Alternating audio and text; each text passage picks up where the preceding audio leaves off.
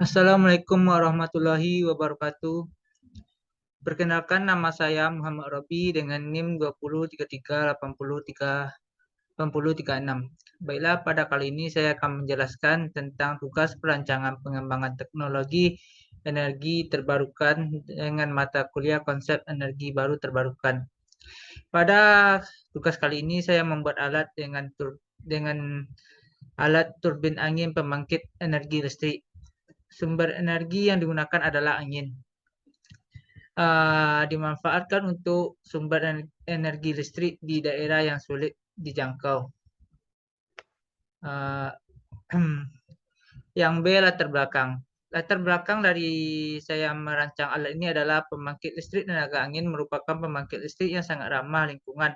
Penerapannya bisa dalam bentuk wind farm atau stand alone, baik yang terhubung dalam grid maupun tidak.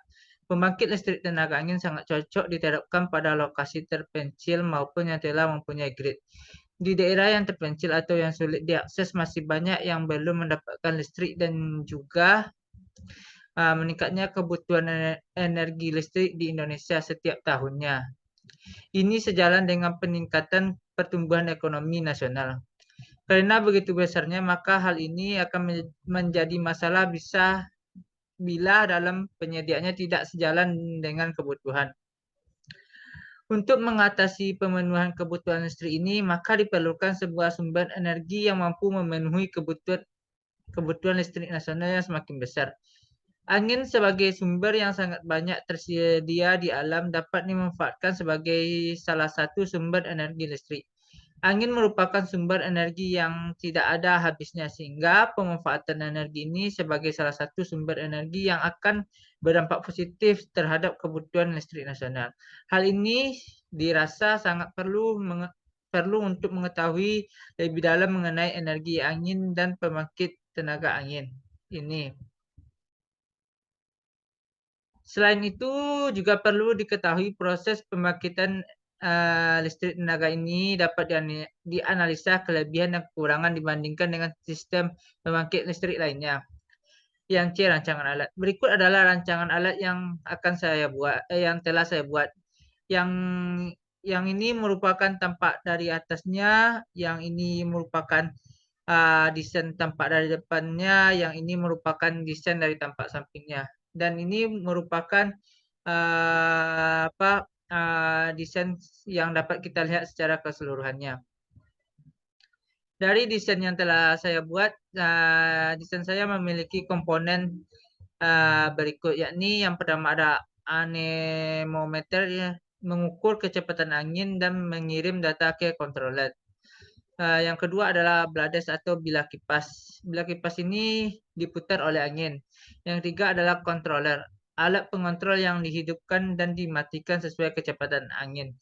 Yang keempat ada generator. Generator berfungsi untuk mengkonversi putaran turbin menjadi listrik. Yang kelima ada nacelle atau rumah mesin, terletak di atas menara. Di dalamnya berisi poros putaran tinggi atau rendah, gearbox, generator, alat pengontrol, dan alat pengeraman. Yang selanjutnya adalah tower atau menara. Berikut dibuat dari pipa baja, betona, atau rangka besi. Semakin tinggi menara, semakin besar tenaga yang didapatkan. Dari rancangan alat yang akan saya buat, saya memerlukan alat dan bahan. Ya, alat dan bahan yang digunakan dalam proses pembangkitan listrik tenaga angin turbin adalah sebagai berikut. Yang pertama ada blades yang dibuat menggunakan plat besi dengan panjang 43 cm, lebar 5 inci, dan tebal 5 mm. Yang kedua ada motor parut merek Bison dengan tipe B200 yang digunakan sebagai generator. Yang ketiga ada pipa paralon dengan panjang 120 cm dan diameter 5 cm. Yang keempat ada batangan besi yang digunakan sebagai kedudukan pipa paralon. Dari desain tersebut dapat kita analisis proses pembuatan dan pengembangan pembangkit listrik tenaga angin ini dapat diperkirakan dibuat berlangsung selama 5 bulan dengan anggaran biaya 7.600.000 Itu tergantung alat yang kita perlukan atau kita rakit dan melalui beberapa tahap seperti analisis, desain, pembuatan, testing, dan realisasi. Bentuk alat adalah mudah dibawa serta memiliki ukuran dan bentuk efisien serta mudah digunakan dalam berbagai situasi dan kondisi sumber. Yang ketiga, cara kerja pembangkit listrik tenaga angin. Cara kerjanya dapat kita lihat pada gambar berikut, di mana uh, turbin angin bekerja berkebalikan dengan kipas angin, bukan menggunakan listrik untuk menghasilkan listrik, namun menggunakan angin untuk menghasilkan listrik. Kemudian angin akan memutar sudut turbin, lalu diteruskan untuk memutar roda pada generator di bagian belakang turbin angin. Generator mengubah gerak menjadi energi listrik dengan teori medan elektromagnetik, yaitu poros pada generator dipasang dengan material ferromagnetik permanen. Setelah itu, di sekeliling poros terdapat stator yang bentuk fisiknya adalah kumparan-kumparan kawat yang membentuk loop. Ketika poros generator mulai berputar, maka akan terjadi perubahan flux pada stator yang akhirnya terjadi karena perubahan flux ini akan dihasilkan tegangan dan arus tertentu. Tegangan dan arus listrik yang dihasilkan ini disalurkan melalui kabel jaringan listrik untuk digunakan ke masyarakat. Tegangan dan arus listrik yang dihasilkan oleh generator ini berupa AC atau alternating current yang memiliki bentuk gelombang kurang lebih sinusoidal. Energi listrik ini biasanya akan disimpan ke dalam baterai sebelum dimanfaatkan atau digunakan.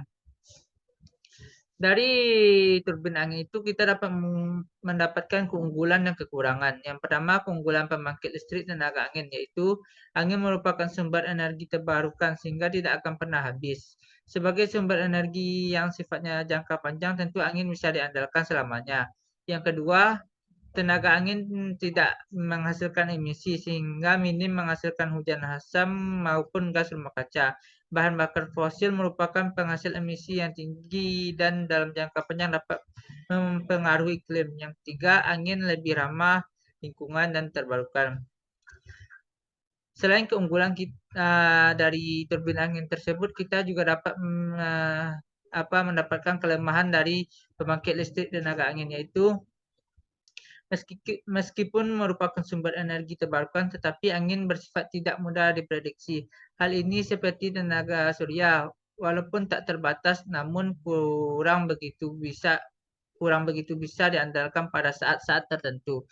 Yang kedua, pembangunan pembangkit listrik ini memerlukan biaya pembangunan yang cukup besar.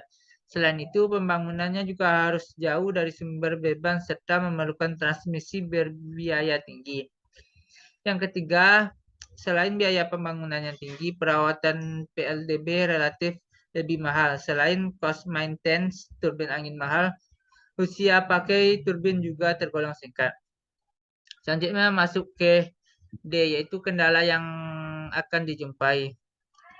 Itu permasalahan dan solusi. Kendala yang dialami dalam upaya pengembangan dan pemanfaatan sistem energi angin di Indonesia antara lain adalah sebagai berikut. Yang pertama, biaya dalam sistem energi angin secara umum tidak terjangkau oleh masyarakat pengguna.